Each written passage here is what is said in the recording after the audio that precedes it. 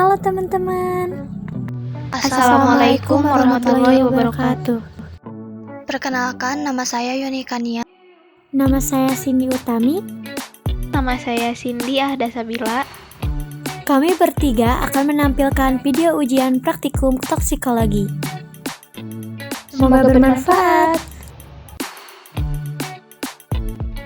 Baik, untuk alat dan bahan. Yang pertama, pada alatnya ada labu Erlenmeyer, pipet volum, ada batang pengaduk, gelas kimia, spatula, corong, labu ukur, dan bahannya ada larutan buffer pH 10, EBT, dan Na2-eta.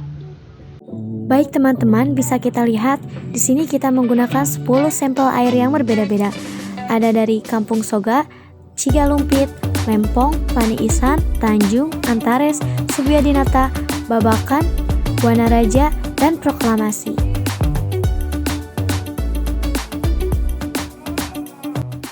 Langkah pertama, menimbang bahan Na2-eta untuk membuat larutan titrasinya sebanyak 1,9 gram.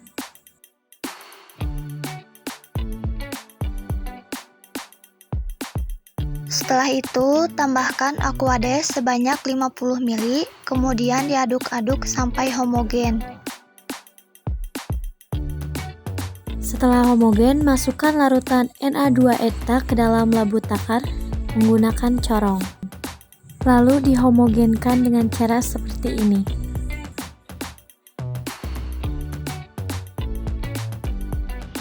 Pertama, kita ambil sampel air keran dari Kampung Lempong sebanyak 10 ml ke dalam gelas ukur. Setelah itu, tambahkan larutan buffer pH 10 sebanyak 15 ml.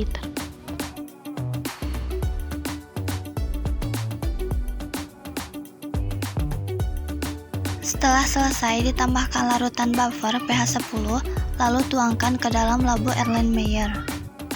Setelah itu, menimbang terlebih dahulu EBT sebanyak 0,05 gram. Kemudian, tambahkan larutan EBT yang sudah ditimbang sebanyak 0,05 gram ke dalam labu Erlenmeyer. Setelah itu, dihomogenkan sampai tercampur. Pada sampel kedua, dengan menggunakan air keran dari Kampung Soga. Pertama, ambil 10 ml sampel air menggunakan gelas ukur.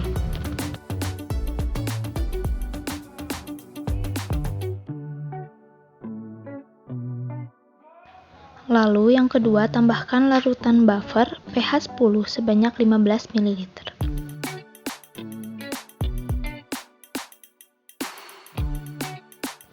Setelah itu, tuangkan ke dalam labu Erlenmeyer.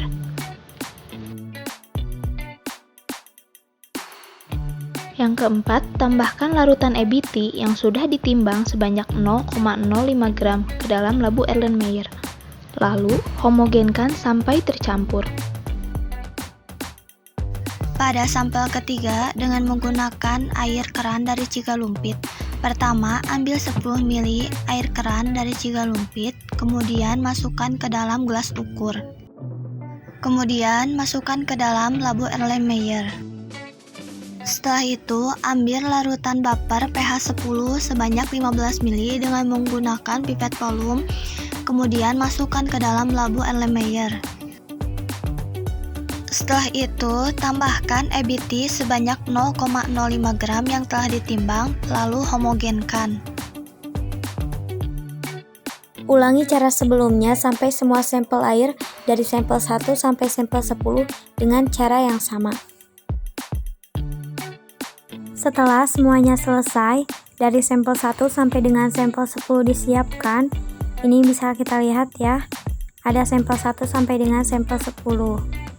Selanjutnya, kita akan melakukan titrasi. Titrasi dihentikan apabila sudah terjadi perubahan warna dari warna ungu menjadi warna biru. Pertama, masukkan Na2-eta ke dalam biuret sebanyak 50 ml.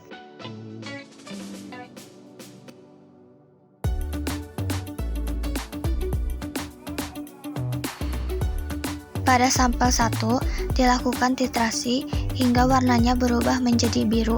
Didapatkan volume titrasinya yaitu 1,1.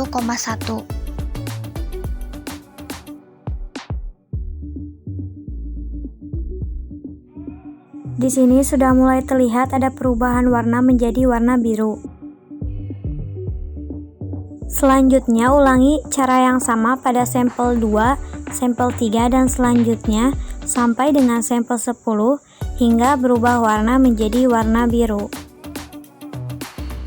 Beginilah hasilnya. Dan inilah hasil titrasi dari sampel 1 sampai sampel 10 air keran dengan sampel yang berbeda-beda.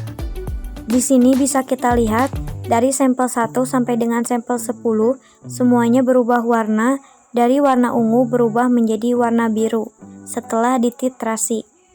Seperti inilah hasilnya. Berdasarkan hasil pengamatan pada pemeriksaan kesadaran air dengan menggunakan 10 sampel air keran, dapat disimpulkan bahwa semua sampel air keran masih dalam batas normal.